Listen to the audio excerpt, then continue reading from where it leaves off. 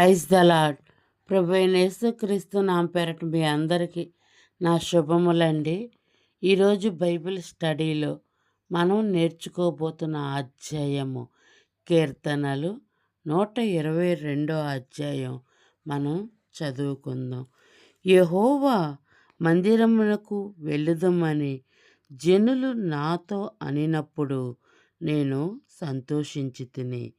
యెరూషలేమా, మా పాదములు నీ గుమ్మములలో నిలుచుచున్నవి. యెరూషలేమా, బాగుగా కట్టబడిన పట్టణము వలె నీవు కనబడియున్నావు.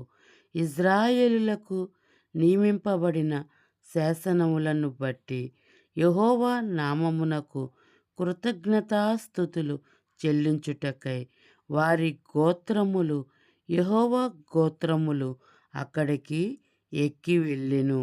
అచ్చట న్యాయము తీర్చుటకై సింహాసనము, దావీదు వంశీల సింహాసనములు స్థాపించబడి ఉన్నవి.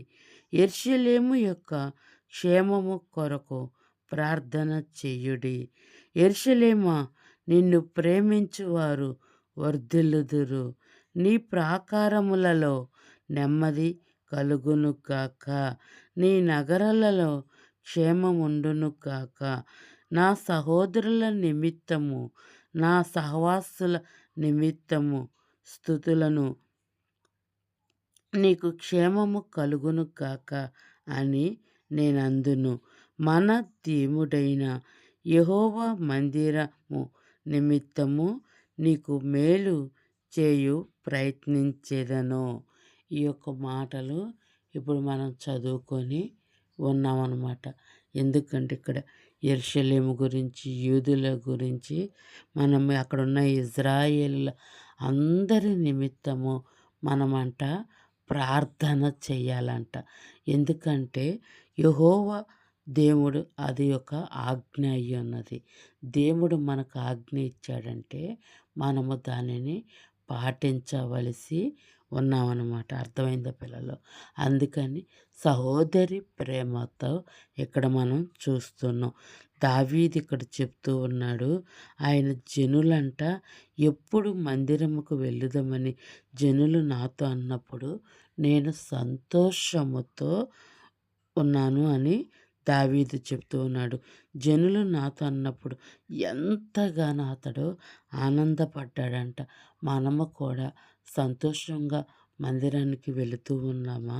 యెరూషలేము, మా పాదములు నీ గుమ్మములలో నిలుచుచున్నవి అని. అది దేవుడి యొక్క ఆజ్ఞ. ఎందుకంటే యెరూషలేము ఆయన పట్టణమై ఉన్నది. ఆనాడు ఇశ్రాయేలులకు దేవుడిచ్చిన మహాపట్టణము. దానిని వర్ధిల్లింపు అని ప్రార్థించిన వారు కూడా వర్ధిల్లుతారంట. అక్కడున్న యూదులందరి కొరకు కూడా మన యొక్క ప్రార్థనలో మనము రోజు కూడా వారిని కూడా జ్ఞాపకం చేసుకోవాలి. ఎందుకంటే ఇక్కడ దేవుడు ఏం చెప్తున్నాడంటే యెరూషలేము యొక్క క్షేమము కొరకు ప్రార్థన చెయ్యుడి.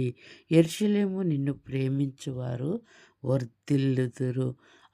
వారు శరీరపరమైన ఇశ్రాయేలులు, మనము ఆత్మీయపరమైన ఇశ్రాయేలులము. మనమందరము కూడా రక్త సంబంధులమే.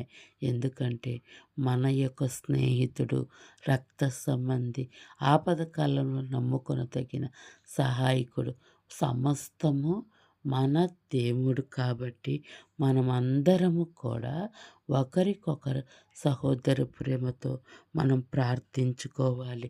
దాని యొక్క ప్రాకారములలో నెమ్మదిగా ఉండాలని, అక్కడున్న ఇశ్రాయేలులందరూ క్షేమంగా ఉండాలని, నా సహోదరుల నిమిత్తము, నా సహవాసుల నిమిత్తము అని అక్కడ దేవుడు చెప్తూ ఉన్నాడు. ఎందుకంటే వారి నిమిత్తము కూడా మనము ప్రార్థించుకోవాలి. నీకు క్షేమము కలుగును గాక అని నేనందును అని దేవుడు చెప్తూ ఉన్నాడు. మన దేవుడైన యెహోవా మందిరము నిమిత్తము కూడా నీకు మేలు చేయు ప్రయత్నించేదను. మనము కూడా దేవుని మందిరము కొరకు మనము కూడా అంటే ఈ దేహమే ఆయన ఆలయమై ఉంది. కట్టడాలతో కట్టబడిన మందిరము ఒక పరముగా దేవుడు చూపిస్తూ ఉన్నాడు. శరీరపరమైన మందిరముగా నీ యొక్క దేహము కూడా దేవుడు చూపిస్తూ ఉన్నాడు. ప్రతి క్షణము కూడా ఆయన్ని మనము స్తుతులు, స్తోత్రాలతో నింపుతూ ఉండాలి. ఎందుకంటే వారి గోత్రములు, యెహోవా గోత్రములు అక్కడికి ఎక్కి వెళ్ళెను అంట. అర్థమైందా పిల్లలు? మనము ప్రతిరోజు కూడా మనము దేవుని మందిరమై ఉన్నాం, ఆలయమై ఉన్నాం.